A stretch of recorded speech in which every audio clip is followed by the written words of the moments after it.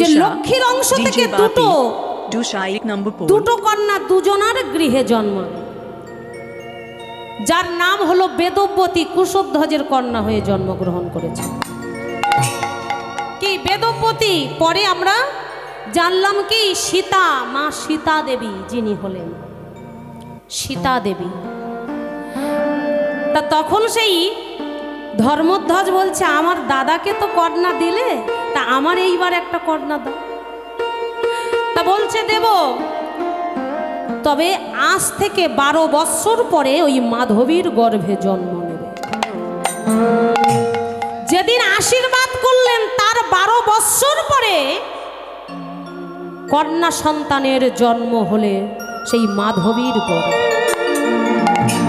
তাই কি বলছে, শুভ দিনে শুভক্ষণে বিধির বিধানে, শুভ দিনে শুভক্ষণে বিধির বিধানে, শুভ দিনে শুভক্ষণে বিধির বিধানে, শুভ দিনে শুভক্ষণে বিধির বিধানে, কন্যা সন্তানের লোভিল জন, কন্যা সন্তানের লোভিল জন, বলে ওরে কন্যা সন্তান লোভিল জন রে, কন্যা সন্তান লোভিল জন রে। আরে শুভ দিনে শুভক্ষণে বিধির বিধানে, আরে শুভ দিনে শুভক্ষণে বিধির বিধানে, কন্যা সন্তানের লোভিল জন, কন্যা সন্তানের লোভিল জন। হরিবল হরিবল, বলে কন্যা সন্তান লোভিল জন রে, কন্যা সন্তান লোভিল জন রে। তাদের আনন্দ আরে ধরে রে, আনন্দ দয়া ধরে দাঁড়া দাঁড়া দাঁড়া। আর মায়েদের আনন্দ হচ্ছে না আমাদের তো কি?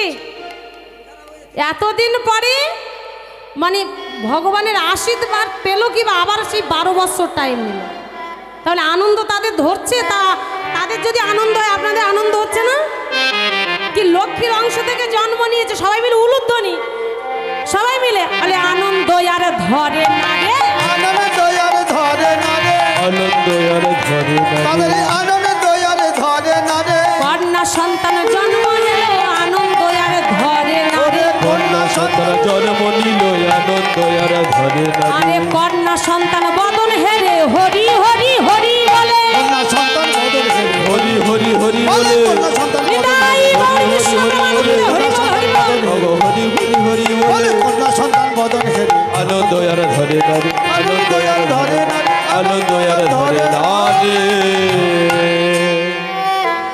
কোন দিন জন্মগ্রহণ করলেন আমার সেদিন কিন্তু আমাদের পালন করা হয় কি? কার্তিক পূর্ণিমা রাত্রিতে, সেই কার্তিক পূর্ণিমা রাত্রিতে লক্ষ্মীর অংশ থেকে জন্মগ্রহণ করেছিল বলে সেটাই আমরা পালন করি। যে পূর্ণিমার নাম হলো কোজাগরী লক্ষ্মী পূজা।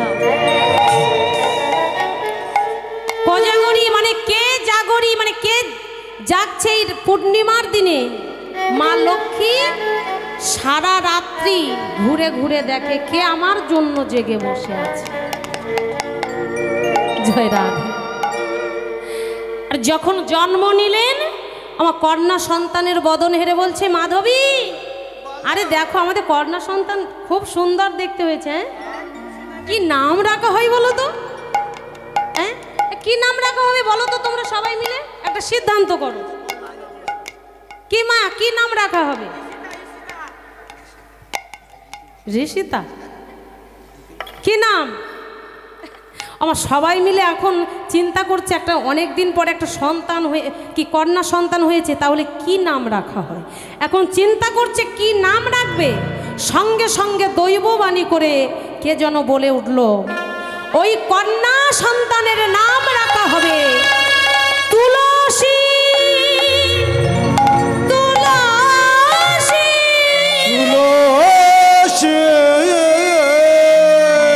তুলসী তুলসী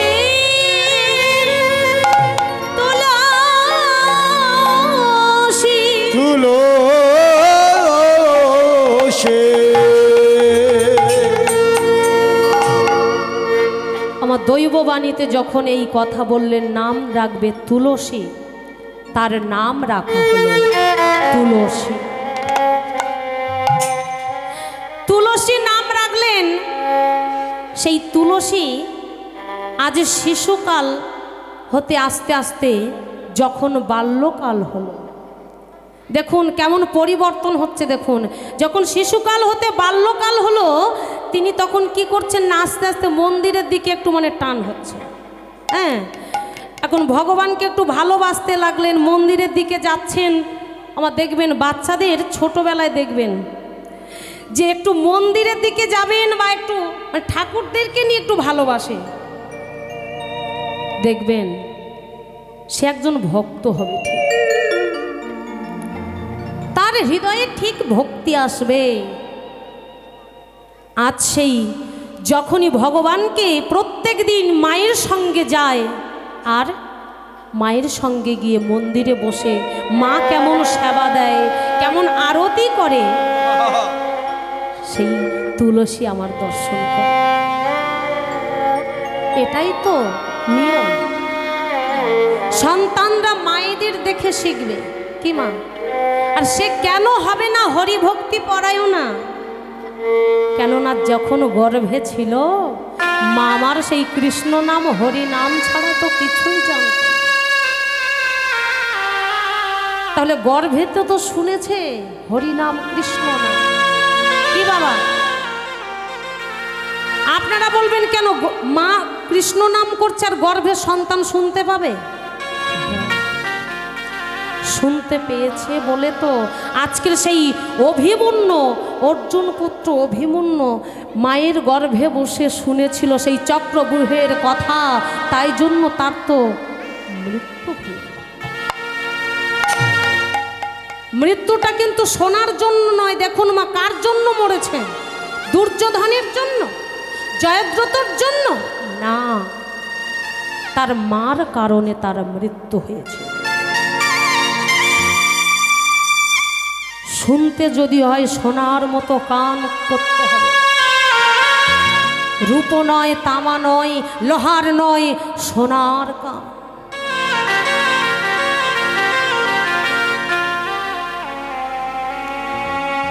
সুভদ্রা বলেছিল স্বামী, এই যে ক্ষত্রিয়দের মধ্যে যুদ্ধ, এই যুদ্ধ মানে সব থেকে বৃহত্তম বড় যুদ্ধ কোন যুদ্ধ? সেই দিন রাত্রিবেলা প্রদীপ জ্বলছে, আর সেই দীপ দীপ আলোর আভাতে বলেছিল, ওগো সুভদ্রা কারের কাছে বলবে না, আমি তোমার কানে কানে বলি, শোনো সুভদ্রা। এই যুদ্ধ, এই যে ক্ষত্রিয়র মধ্যে যুদ্ধ, বৃহত্ত যুদ্ধ হলো চক্রব্যূহ যুদ্ধ। আর এই যুদ্ধে, এই যুদ্ধ গুরু দ্রোণাচার্য আর আমি ছাড়া কেউ জানে।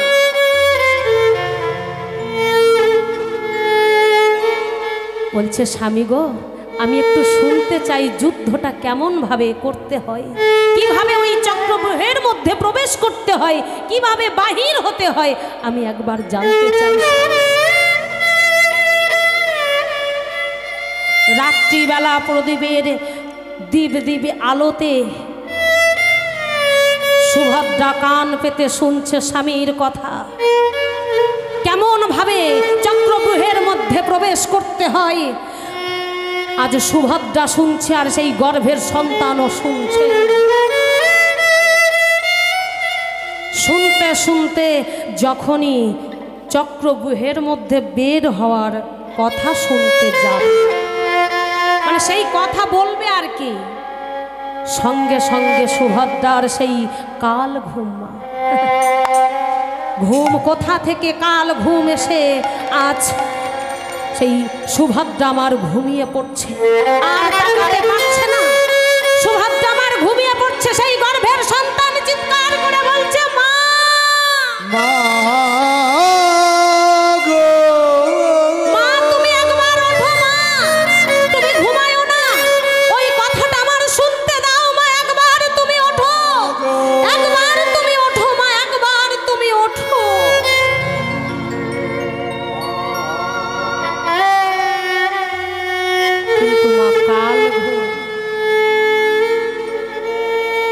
বললেন, না আজ আমার সেই সুভদ্রা ঘুমিয়ে পড়ল, আর শোনা হলো না সেই চক্রব্যূহের মধ্যে কিভাবে বের হলো।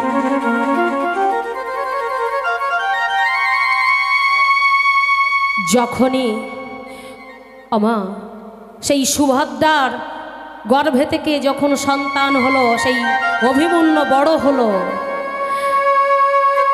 যেদিন কুরুক্ষেত্রের যুদ্ধ হবে মা আমার, সেদিন ভগবান অর্জুন সেই অর্জুনকে সারথি, মানে অর্জুনের সারথিকে না ভগবান শ্রীকৃষ্ণ, সেদিন কিন্তু এখানে যুদ্ধ করেনি, চলে গিয়েছিল ভগবান সেই অর্জুনকে নিয়ে চলে গিয়েছিলেন অনেক দূর, যুদ্ধ করছে। আর এদিকে সবাই মিলে আলোচনা করছে যে আজকে অর্জুন নেই, এমন যুদ্ধ করতে হবে।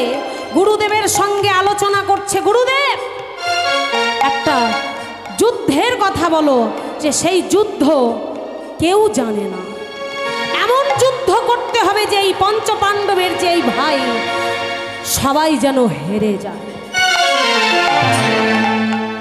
সেই দ্রোণাচার্য বলেছিল যে এক যুদ্ধ আছে, চক্রব্যূহ যুদ্ধ, এই যুদ্ধ অর্জুন ছাড়া কেউ জানে না, অর্জুন যখন নেই এই যুদ্ধ তোমরা করো। যখন যুদ্ধের ঘোষণা হলো যে আজ যুদ্ধ হবে, চক্রব্যূহের যুদ্ধ, সঙ্গে সঙ্গে ভীম এসে সেই যুধিষ্ঠির দাদার কাছে বলছে, দাদা দাদা গো, আজকে যে চক্রব্যূহ যুদ্ধ, এ যুদ্ধ তুমি জানো? না ভাই, আমি তো এই যুদ্ধ কোনোদিন শুনিনি। আমার যাকে জিজ্ঞাসা করছে সে বলছে, না দাদা আমি তো শুনিনি। সেই ছোট্ট অভিমন্যু এসে বলছে, আমার অভিমন্যু এসে বলছে, জ্যাঠামশাই জ্যাঠামশাই আমি এ যুদ্ধ জানি। কি বলছিস অভি? আমরা কেউ জানি না এই যুদ্ধ। আর এ যুদ্ধ তুই জানিস? কিভাবে তুই জানলি? মায়ের গর্ভে বসে আমি জানি, মায়ের গর্ভে। সেদিন আমার পিতা আমার মায়ের কাছে এই চক্রব্যূহের গল্প আমার মায়ের কাছে বলেছিল, আর সেই মায়ের গর্ভে আমি শ্রবণ করেছি, কিন্তু প্রবেশ করার কথা শুনেছি, কিন্তু বের হওয়ার কথা। সেই দিন আমার মা ঘুমিয়ে পড়েছে। সেই সময় সেই ৮০ মণ ওজনের গদা নিয়ে বলছে, ভাইপো দেখ ভাইপো, এই যে আমার ৮০ মণ ওজনের গদা আছে, তুই একবার প্রবেশ কর, যুদ্ধ কর। হ্যাঁ, যখন বেরিয়ে আসার সময় হবে আমি এই ৮০ মণ ওজনের গদা নিয়ে ওই চক্রব্যূহ ভেঙেই ফেলবো, টুকরো টুকরো করে দেব ওই ব্যূহ। শুধু একবার তুই যুদ্ধ শুরু কর। যখনই এই কথা বললেন, অভিমন্যু সেই সপ্তরথীর সঙ্গে যুদ্ধ করতে লাগলো। বানের ওপর বান মারছে, সেই ছোট্ট অভিমন্যুর কাছে সবাই হেরে যাচ্ছে। দুর্যোধনের কাছে যখন খবর গিয়েছে, বলছে একজন যদি না পারে দুজন, দুজন যদি না পারে তিনজন, তিনজন যদি না পারে চারজন। যখনই এই কথা বলছেন, দ্রোণাচার্য বলে উঠলেন, দাঁড়াও দুর্যোধন, এই যে ক্ষত্রিয় যুদ্ধ, একে অপরের সঙ্গে যুদ্ধ হয়, একজনের সঙ্গে তিনজন চারজন যুদ্ধ হয় না। কিন্তু না গুরুদেব, আজকে ওদেরকে হারাতে হবে, আজকে ওদেরকে হারাতে হবে। ওদিকে কি করলেন না, দুর্যোধনের আদেশ পালন করতে হবে। সপ্তরথী মিলে বান মারছে, সেই ছোট্ট ছেলেটা যুদ্ধ করছে চক্রব্যূহের মধ্যে। যুদ্ধ করতে করতে পিপাসায় কাতর হয়ে চিৎকার করে উঠলেন, জ্যেষ্ঠ তাত, জ্যেষ্ঠ তাত গো,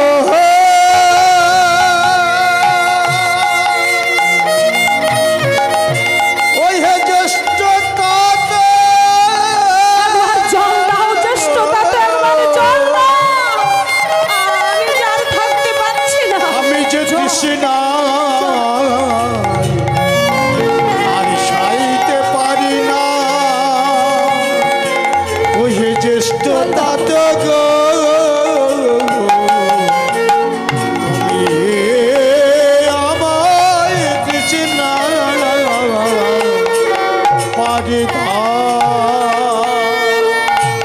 চিৎকার করে যখন ডাকলেন, ডাক শুনতে পেলেন, ভীম আমার এক ঘড়া জল নিয়ে ছুটতে ছুটতে যাচ্ছে, ছুটতে ছুটতে গিয়ে বাধা দিলেন জয়দ্রথ, দাঁড়াও, আজ তোমায় আমি যেতে দেব না, আর আজ আমার কাছে তোমরা কেউ পারবে না। জয়দ্রথ, আমি তোমার কাছে করজোর করে বলছি, ভাইপোটা যে জল জল সেবা করার জন্য পিপাসায় কাতর হয়ে যাচ্ছে, শুধু একবার একটু জল একটু দিতে দাও না। তোমরা সেদিন যে আমার অপমান করেছিলে আমার এখনো মনে আছে। সেই দ্রৌপদীর আমি হাত ধরে টেনেছিলাম বলে আমাকে তোমরা অপমান করেছিলে। সেই দিন থেকে দেবাদিদেব মহাদেবের আমি আরাধনা করেছি, শুধু একটা দিনের জন্য বর চেয়েছিলাম যে তোমাদেরকে পরাজিত করব। আজকের সেই বরটা আমি চেয়েছি, আজকের দিনে তোমরা কেউ আমাকে হারাতে পারবে না, এমনকি সেই অর্জুন আসলেও পারবে না। আজ আমি তোমাদেরকে পরাজিত করব। চলে যাও।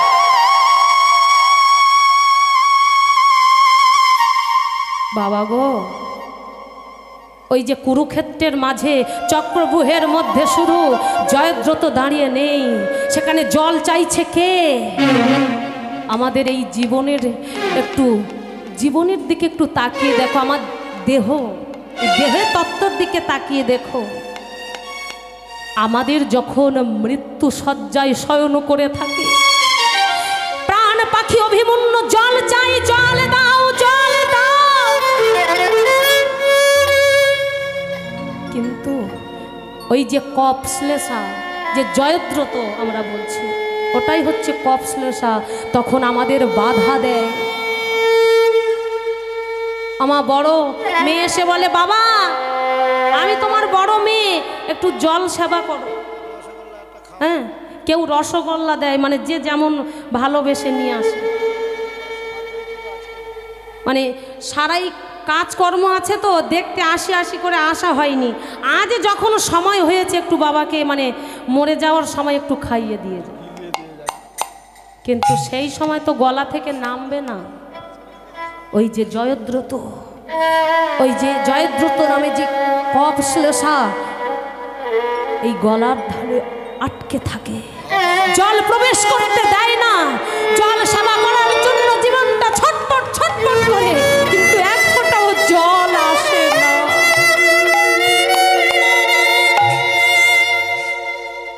যখনই ওই অভিমন্যু বাণের পর বাণ মারতে মারতে যখন তার মৃত্যুর কোলে ঢলে পড়ছে, ওদিকে ভগবান রথের সারথি ভগবান বলে উঠলেন, অর্জুন, অর্জুন তুমি বন্ধ করো যুদ্ধ। আমি দেখতে পাচ্ছি তোমার এই জীবন আকাশে অন্ধকার নেমে আসছে, একবার চলো, মনে হয় তোমার কোনো বিপদ হয়েছে, চলো অর্জুন, সখা অর্জুন, আর দেরি করো না, যুদ্ধ বন্ধ করো, যুদ্ধ বন্ধ করো। সঙ্গে সঙ্গে রথ টানতে টানতে নিয়ে আসছে, ছুটতে ছুটতে টানতে টানতে নিয়ে আসছে, আর ভগবান আমার এই রথ টানতে টানতে নিয়ে এলেন সেই কুরুক্ষেত্রের মাঝে। দেখছেন অভি, সেই বান নিক্ষেপ করা অভি আমার পড়ে আছে।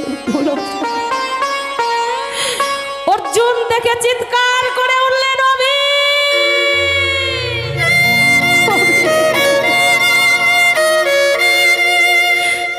অভি কি হলো? অভি বলো,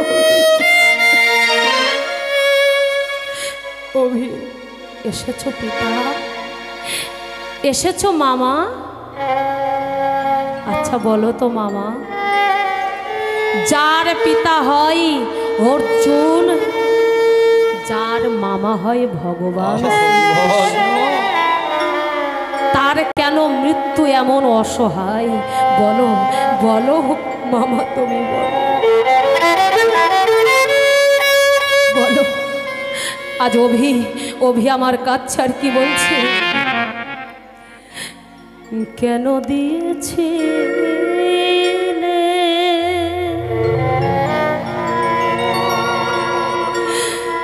এই মানব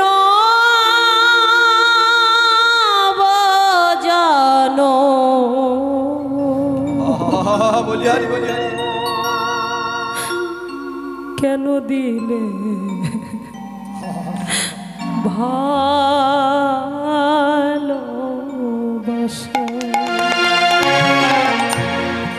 বলো দয়াময়, তুমি যদি আমার মামা ভগবান শ্রীকৃষ্ণ হবে তবে কেন আমার মৃত্যু এমন অসহায়, বলো বলো। এমন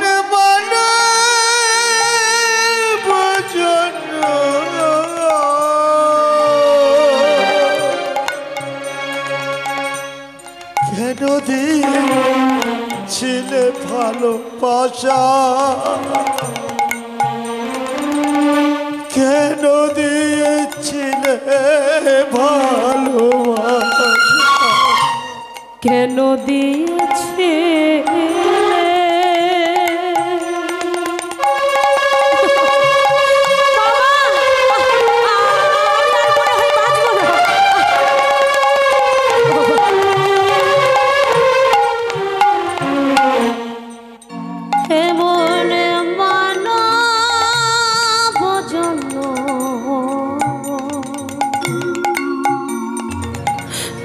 কেন দিলে ভালোবাসা, কেন দিলে ভালোবাসা, কেন দিয়েছিলে এমন মানব জনম, কেন দিলে যে ভালোবাসা, কেন দিলে যে ভালোবাসা, না ফুটিতে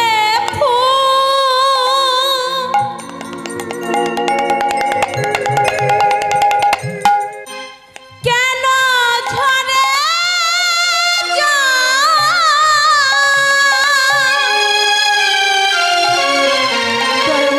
বলো না যে বৃন্দেতে সবে মাত্র কুড়ি হয়ে ফুটে উঠেছে,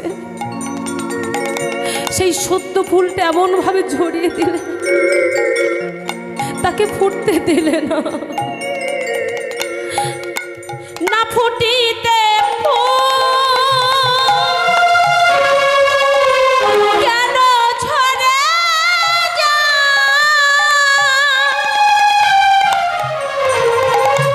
মিঠিল না মনের আশা,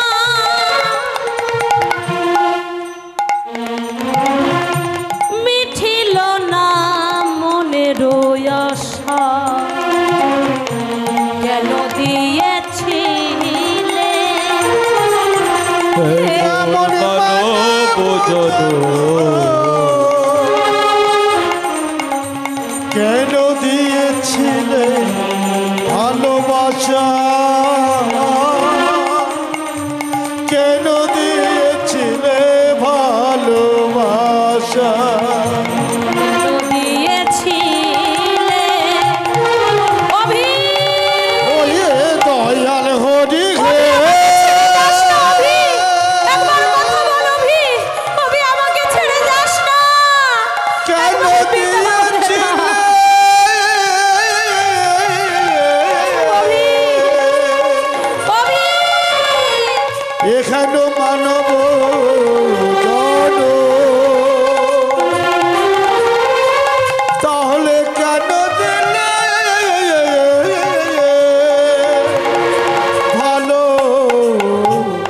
ভালোবাসা।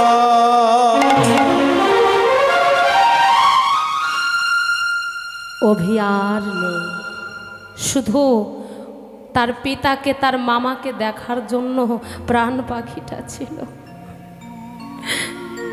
তার পিতাকে দর্শন করতে করতে, তার মামাকে দর্শন করতে করতে অভি চিরবিদায় নিলেন এই জগৎ থেকে। আজ সেই ছোট্ট অভি মায়ের কারণে তার প্রাণটা চলে গেল।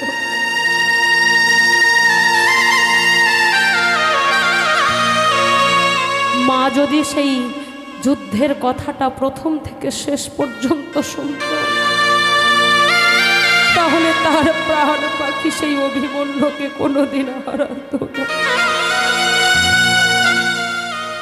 তাই সন্তান যদি সঠিক পথে নিয়ে যেতে চাও, তাহলে আগে নিজেদেরকে ঠিক হতে হবে। তাই তো কোনটা ভালো কোনটা মন্দ আমরা তো জানি না। কি মা, আমরা তো সংসারে সবসময় সংসারের কর্মে ব্যস্ত থাকি। আপনারা আমরা যখন এই হরিবাসরে এসেছি, শুধু ভগবানের কাছে আমরা এটাই মনোকামনা করব যে দয়াময়, সংসারে যে কোনটা ভালো কোনটা মন্দ আমরা কেউ জানি, শুধু কৃপা করে এই দেহ মন প্রাণ যে তোমার চরণে অর্পণ করলাম, তাকে না অর্পণ করলে, তার চরণে না সঁপে দিলে সে তোমার কোনোদিন হবে না।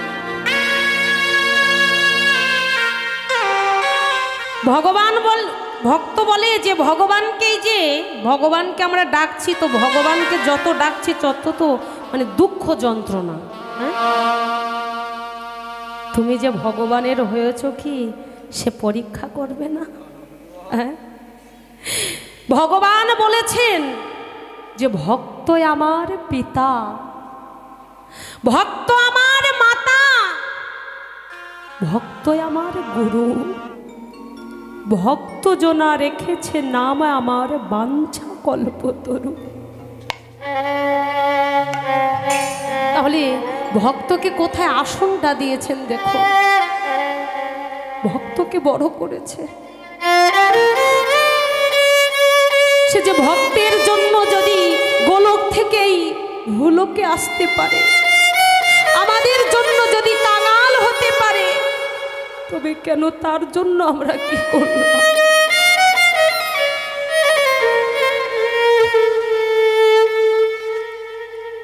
আজ সেই তুলসী দেবী তো অন্য কেউ নয়, সেই তুলসী দেবীও তিনি কথা রেখেছেন। আজ তাই সেই তুলসী দেবী যখন শিশুকাল হতে বাল্যকাল যখনই পৌঁছালো, বাল্যকাল থেকে যখন যৌবনাবতী হলো, তখন সেই শ্রীহরির প্রতিরূপে বাসনা জাগলো। অন্তরে শুধু তার অন্য কিছু বাসনা নেই, সেই শ্রীহরি যেন আমার পতি হতে। কিন্তু শ্রীহরি যদি আমার পতি হবে, আমার তার জন্য তপস্যা করতে লাগবে। তাকে পেতে গেলে আমার তপস্যা করা লাগবে। তার যখন যৌবন কাল এলো, কি করলেন দেখুন? আমরা তো এই ছোটবেলা থেকে খেলাধুলা করে আমরা তো কি জীবনটা কাটিয়ে দিলাম। হ্যাঁ, যখন যৌবন কাল এলো আমরা সংসার পাতলাম। আমরা তো বিদেশে বাণিজ্য করতে এসেছি। হ্যাঁ, বাণিজ্য করতে এসে আমরা কি করলাম না, বসত বাড়ি, বড় বড় বসত বাড়ি করে ঘর বেঁধে বসেলাম। সে যার জন্য এসেছিলাম সব ভুলে গেলাম, সব ভুলে গেলাম। আমরা এই বিদেশে এসেছি, আমাদের দেশে তো ফিরে যেতে হবে কি বাবা? আর দেশে ফিরে যেতে গেলে তো দেখবেন এই যে নদী যেমন পারাপার হলে টাকা দিতে লাগে, এমন আমাদের ভবসাগর আছে, সেই সাগরে পার হতে হবে।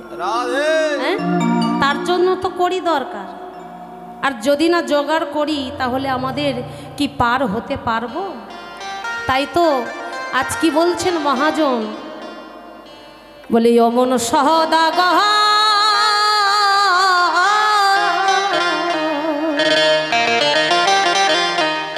ও তুই বিদেশে বাণিজ্যে এসে বাঁধলি কেন বসত ঘর? দেশের মানুষ দেশে ফিরা চলে রে, দেশের মানুষ দেশে ফিরাছ। ওরে হরি বল হরি বল হরি বল।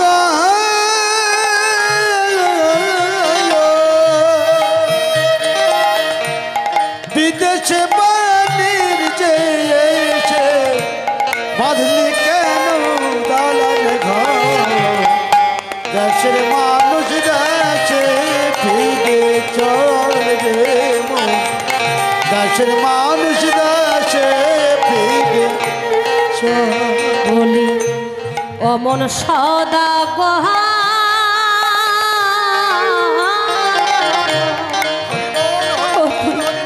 বিদেশে বাণিজ্যে এসে বাঁধলি কেন বসত ঘর, দেশের মানুষ দেশে ফিরা চলে রে মন, দেশের মানুষ দেশে ফিরা চলে।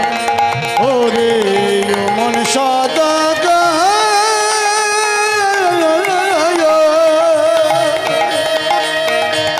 বিদেশে বাণীর যে এসে বাঁধলি কেন দালান ঘর, দেশের মানুষ দেশে ফিরে চল রে মন, দেশের মানুষ দেশে ফিরে চল। আরে সাথী যাহারা গেছে তারা, ও মনে সাথী যারা গেছে তারা, আবার সাথী যারা গেছে তারা, কি বলছে? সাথী যারা গেছে তারা আপন হলো। দেখুন মা, সাথী কাদেরকে বলছে? কি এই বন্ধু বান্ধব আত্মীয় স্বজন পরিবার এরাই সাথী? কি বাবা, কারা সাথী? সাথী হলো আমাদের এই যে হাত পা চোখ কান এই যে দাঁত, এগুলো হলো আমাদের সাথী। সাথী যারা গেছে তারা, এই সাথীগুলো যখন আস্তে আস্তে সব চলা বন্ধ হয়ে যাবে, কি আর যখন চলতে পারবো না, আর কর্ম যখন করতে পারবো না, যে সোনার সংসারে আমরা এই সুন্দর করে আপনারা যে সোনার সংসার গড়েছিলে এই হাত দিয়ে, কি যখন এই হাত চলবে না, সেই সোনার সংসারে যারা ভালোবাসতো না, যাদেরকে আপন করেছিলে, তারা সবাই আস্তে আস্তে পর হয়ে যাবে। তারা তখন আস্তে আস্তে পর হয়ে যাবে গো, তখন কেউ আর ভালোবাসবে না। সংসারে একটা বোঝা মানে একটা ফুটবলের মতো হয়ে যাবে।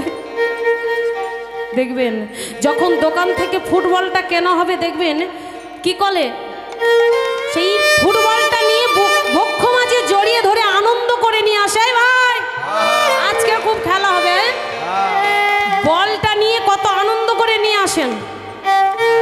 আর বলটা যখন নিয়ে মাঠেতে নামায়, কি করে না, একবার লাথি মেরে ওই গোলকির কাছে দেয়, ও আবার লাথি মেরে আর এক গোলকির কাছে।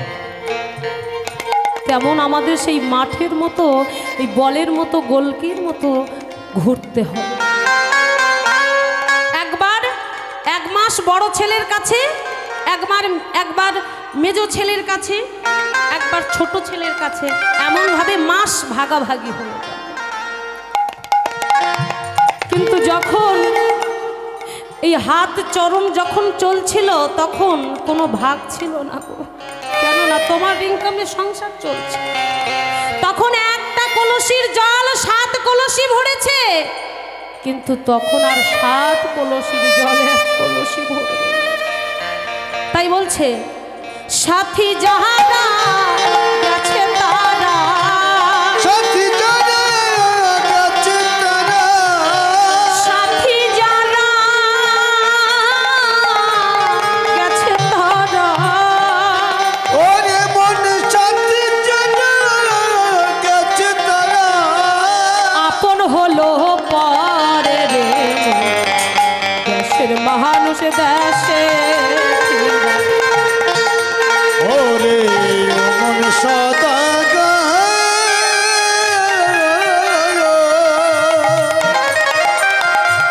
বিদেশে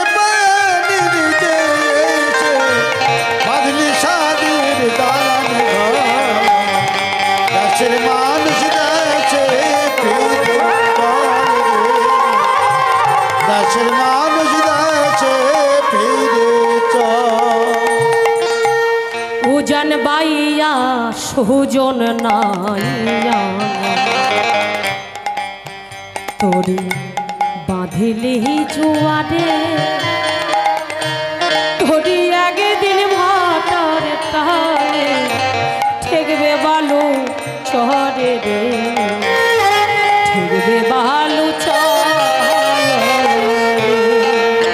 বলে মন উজান নাইয়া সুজন নাইয়া তোরি বাঁধিলি জুয়ারে হরিবল হরিবল হরিবল ওরে তোরি একদিন ফাটার টানে ঠেকবে বালুর চরে রে ঠেকবে বালুর চরে আমার কি বলছেন সুজন বাইয়া ওজন নাই এই যে আজ সেই তরি বাঁধিলি জুয়ারে কোন তরির কথা বলছে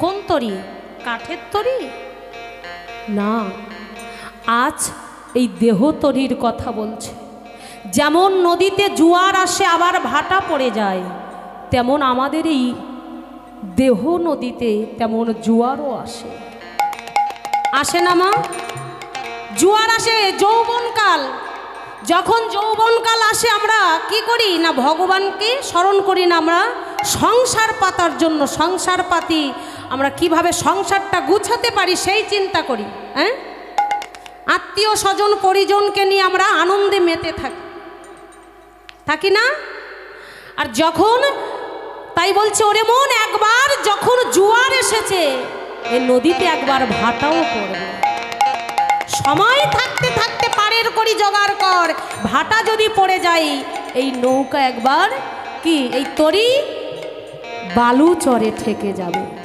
তখন কি নিয়ে ফিরবি দেশে কি নিয়ে ফিরবি দেশে ওরে মন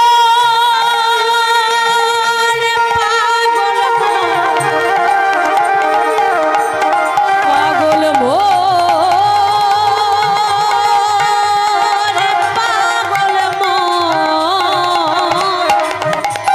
তখন কি নিয়ে ফিরবি দেশে কানা করি নাই সম্ভব সে মানুষ দেশে ফিরে চলে রে দেশের মানুষ দেশে ফিরে চল বলি অমর সহদাগ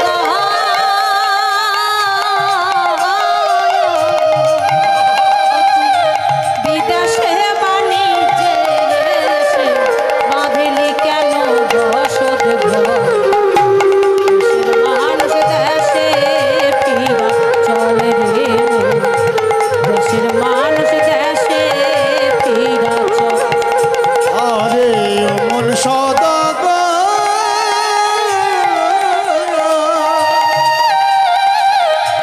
বিদেশে মানের দেশে বাঁধলি কেন দালান ঘর দেশের মানুষ দেশে ফিরে চল দেশের মানুষ দেশে ফিরে চল বিদেশে বা নিজে এলি কি বলছেন বিদেশে বাণিজ্যে এলি এটা তো বিদেশ তাই বলছে বিদেশে বাণিজ্যে এলি লাভ করিবারে আসে বাণিজ্যেতে পড়লি ধরা মোহিনী এক পাশে মোহিনীর এক পাশে ওরে মন বিদেশে নির্জে শুধু লাভে করিবার আসে